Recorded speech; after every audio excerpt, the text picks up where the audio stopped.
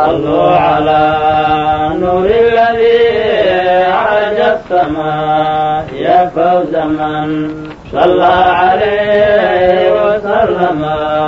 ولن ترى كالمصطفى ولن تراه في الخلق ولا خلق شبيها لن تراه. صلوا على نور الذي عرج السماء يا فوز من صلى عليه وسلم. من لي وهل لي أن أرى مدينة أزور قبار المصطفى منورا. waxaa si wanaagsan u soo gabagaboobay ziyaarada axbaabta oo sanad walba lagu dhigo xaafadda baar ayaan ee degmada Yaaqshiid ee magaalada Muqdisho. ziyaaradan ayaa lagu xisaab macallimiin, mashaayiqiin, xeer iyo waalidiin. kulankan ziyaarada intii u socotay waxaa goobta lagu aqriyay khidmooyin quraan akhris ah oo lagu duceynayo axbaabta. waxaana ka soo qayb galay mashaayiqiin, macallimiin, arday daalimo cilmi, marti sharaf iyo haween. kulankan ducada intii u socotay waxaa goobta lagu aqriyay qasiidooyin ammaan ah. رسول الله يا خير البرايا رسول الله يا خير البرايا عليك صلاة ربك يا محمد كوثرا أعضى له كذاك شفاعة العظمى محمد وملك الله قاسمه محمد فقصرانه لمنكرك محمد. رسول الله يا خير البرايا رسول الله يا خير البرايا عليك صلاة محمد استوى فوق البراق محمد قد طوى سبع السماء محمد قد رأى وجه الإلهي محمد كلم المولى محمد. سيد سادات كرام حقا والرسل عظام كما الأثر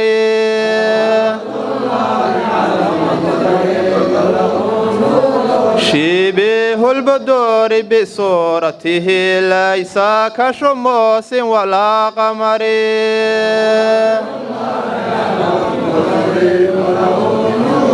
ضم وضمامنا محبته كضمام المال بلا مقر.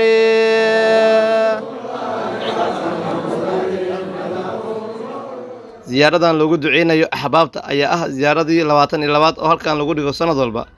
kulankan ziyaarada sanadkan waxaa goobjoog ka ahaa mashaayiqiin oo hogaaminayo mu'assaska weyn ee jameecada macallin Bashiir Sheekh Maxamed Cali Khayre iyo mashaayiqiin kale. intaas kadib waxaa goobta kelimado iyo ducaba ka soo jeediyay qaar ka mid ah mashaayiqiintii ka soo qayb gashay ziyaaradan.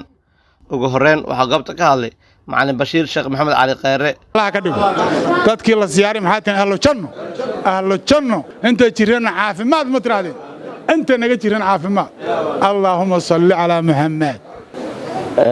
ikhwata alkiram waxay ila tahay maanta waxaan xusaynaa dad wanaagsanaa oo ilaahay diintiisa u soo shaqeeyay dadkii axbaabta ahaa ayaan xusaynaa.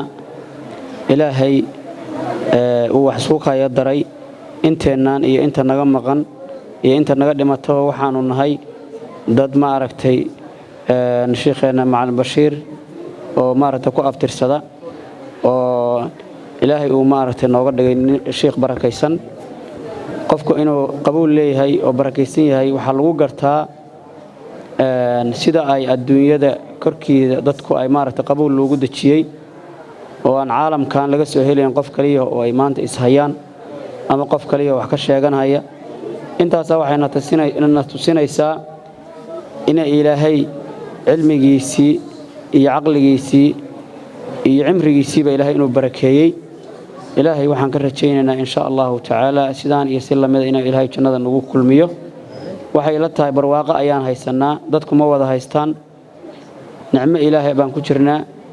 mar haddaan ilaahay dartiisa isku jecelnahay oo isku rabno oo ilaahay dartiisa isku xariirinayno annagoo qaraabo isku xariirin kaliya qaraabadu waa waajib in qaraabo aan la isku xariiriyo laakiin haddana ilaahay diintiisa ayaa ilaahay nasuuqaya daray dadkaas axbaabta ah oo geeriyooday dhammaantood waana hadda qof iyo qof aanan dhihi karin macallim tahliil uu ugu horeeyo iyo dad aad u tiro badan waxa weeyaan sidaanoo kale ayaan u wada joogi jirnay sidaanoo macallimka u muxaadaraynaya ayaan u wada dhegaysan jirnay haddana maanta waa naga maqan yihiin ilaahay waa oofsaday annaguna waa ka daba soconnaa isku soo waduuba ma aha markii ugu horreysay oo halkan kulan ducaa lagu qabto axbaabta sanad walba xilligan oo kale ayaa halkan lagu ziyaartaa axbaabta maxamed wadani salaama t v muqdisho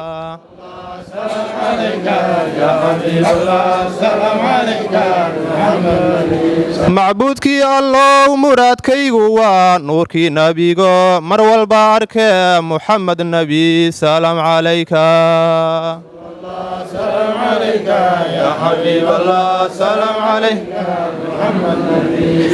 macbuudkii allow muraadkaygu waa nuurkii nebigo mar walba arkee muxamed nebi salaam calayka يا حبيب الله سلام عليك محمد